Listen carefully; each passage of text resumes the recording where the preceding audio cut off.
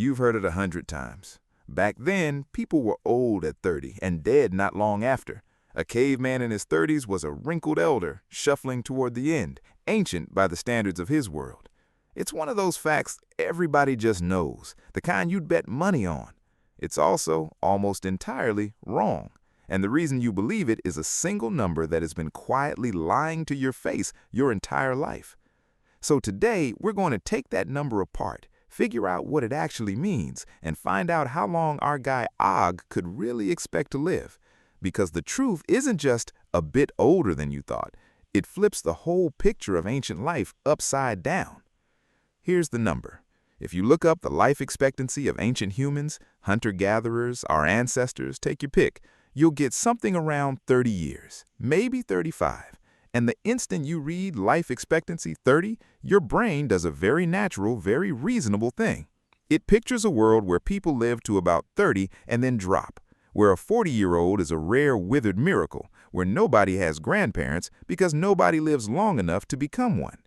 That picture is completely false, and it's false because of 3 sneaky little words attached to that number. At birth. Life expectancy at birth.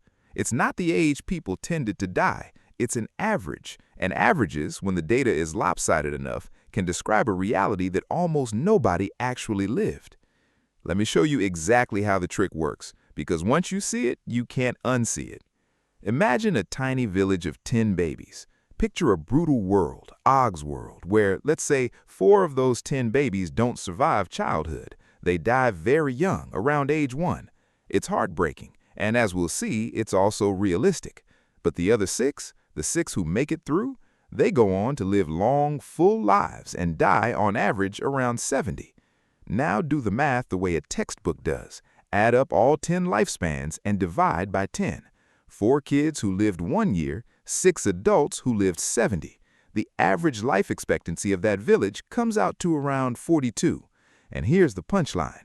Not a single person in that village died at 42. Nobody.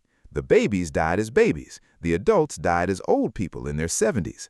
That number in the middle, the average life expectancy, describes a death that literally never happened to anyone. It's a ghost age, an average haunting the gap between dying young and dying old, pointing at a moment of death that no actual human in the story ever experienced. That is the trick, and it is the entire trick. When you hear ancient humans had a life expectancy of 30, you are not hearing adults died at 30. You are hearing the long, dark shadow that childhood death casts backward over the entire average. The number isn't measuring old age, it's measuring how many children never got to have one. So let's talk about that childhood, because it is genuinely the brutal heart of this. For most of human history, being a small child was the single most dangerous thing you could possibly be. The numbers are hard to even sit with. Compared to a kid in a wealthy country today, a hunter-gatherer infant was something like 30 times more likely to die. Early childhood, around 100 times more likely. Even by late childhood, the gap is still enormous. There were no vaccines, no antibiotics. A bad fever, a gut infection, a dirty cut, a bad winter, a stretch with too little food, any one of them could take a child in days, and there was almost nothing anyone could do but watch. And it's worth being clear-eyed about what was actually doing the killing, because it wasn't cinematic. It was rarely a mammoth or a saber-tooth. That's the movie version. The real killers of children were small and invisible. A stomach bug that caused a few days of diarrhea could dehydrate a toddler past the point of return. A chest cold that today means a week on the couch could slide into pneumonia with no floor underneath it to catch you. And the danger clustered hardest around the worst transitions, being born and later being weaned off mother's milk to rougher food and dirtier water. Every parent in Og's world lived with a quiet, permanent knowledge that you and I are lucky enough to find almost unimaginable, that any given child might simply not be there next season, and there would be nothing to do but keep going. So picture Og not as an old man dying at 30, but as a kid. By the time he's 10, he is very likely already helped bury a brother or a sister, maybe more than one. That is the world. The danger in ancient life wasn't spread out evenly across the years. It was front-loaded, crammed savagely into the very beginning. Childhood was a gauntlet, and a heartbreaking number of people simply did not make it to the other side. By some estimates, a quarter or more of all children never reached adulthood at all. But, and this is the whole point, Og did. He made it. He ran the gauntlet and came out the other side. So now the only question that matters is this. Once you survived childhood, once you were standing there at 15 as a young adult, how long could you actually expect to live? And the answer is going to surprise you, because it surprised the scientists too. Two researchers, Michael Gervin and Hillard Kaplan, did the careful work pulling together mortality data from hunter-gatherer groups around the world, the closest living mirror we have to how our ancestors lived. They weren't looking at the average dragged down by dead infants.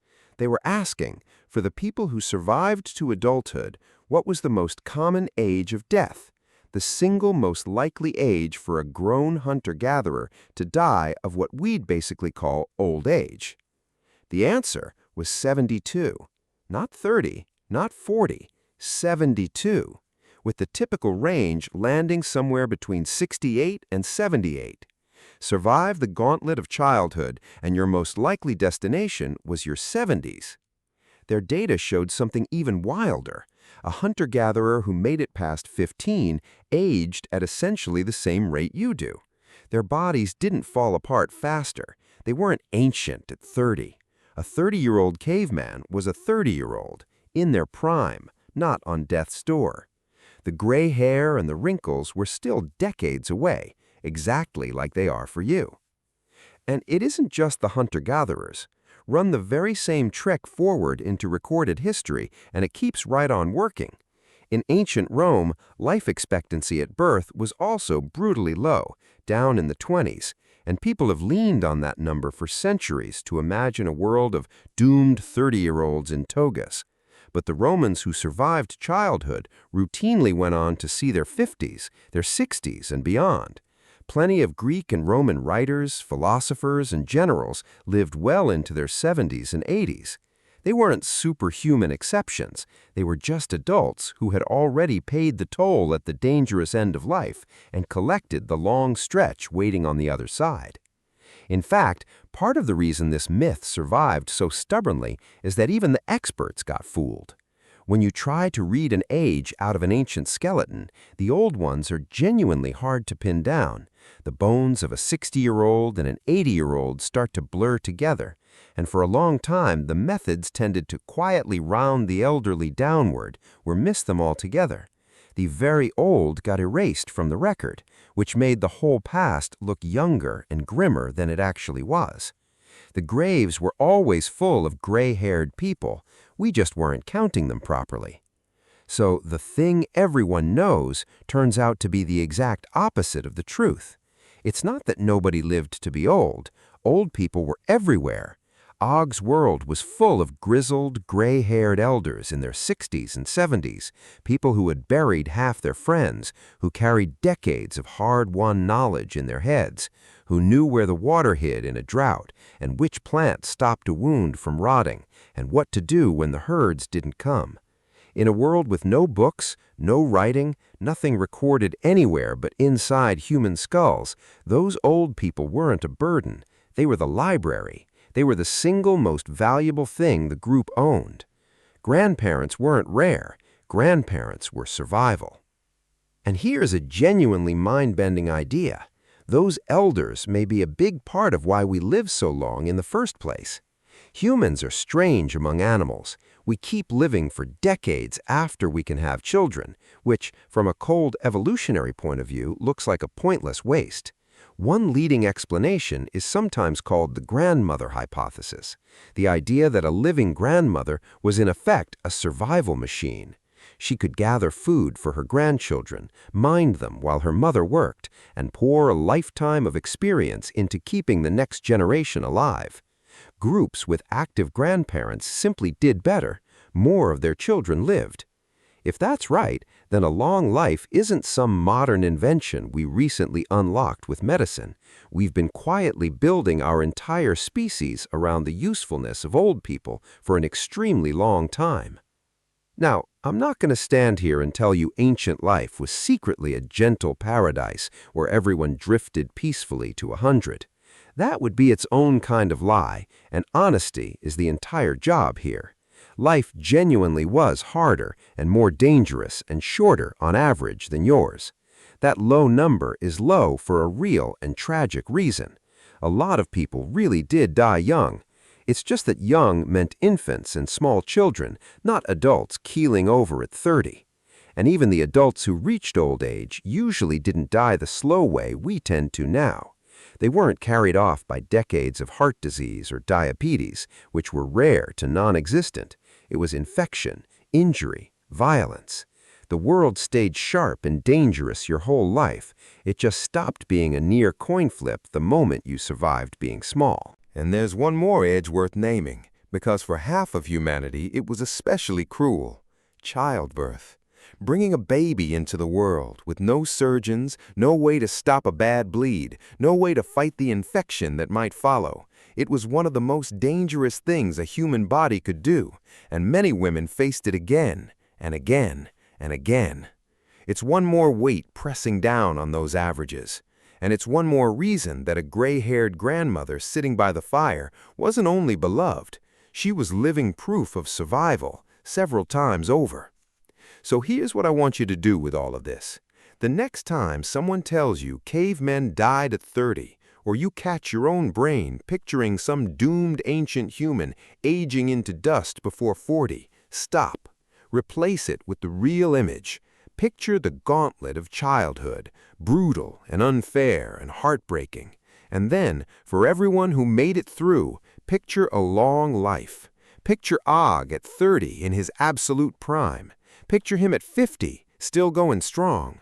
Picture him at 72, gray and slow and deeply wrinkled, sitting by the fire, surrounded by grandchildren, the keeper of everything his people know, having outlived nearly everyone he started with. Not because he was a freak of nature, but because that is simply what happened to the ones who got through. He didn't die at 30. He was just getting started at 30. The graveyard that made the number look so grim was full of children. And that is a much sadder, much truer, and much more human story than the cartoon we replaced it with. So here's my question, and really be honest with yourself. Forget making it to 70. Knowing what you now know about that childhood gauntlet, no doctors, no medicine, no vaccines, a fever or a dirty cut able to end you before you could even walk, do you actually think you'd have survived being a kid in Og's world at all? Tell me down in the comments. Statistically, some of us are lying. See you in the next life.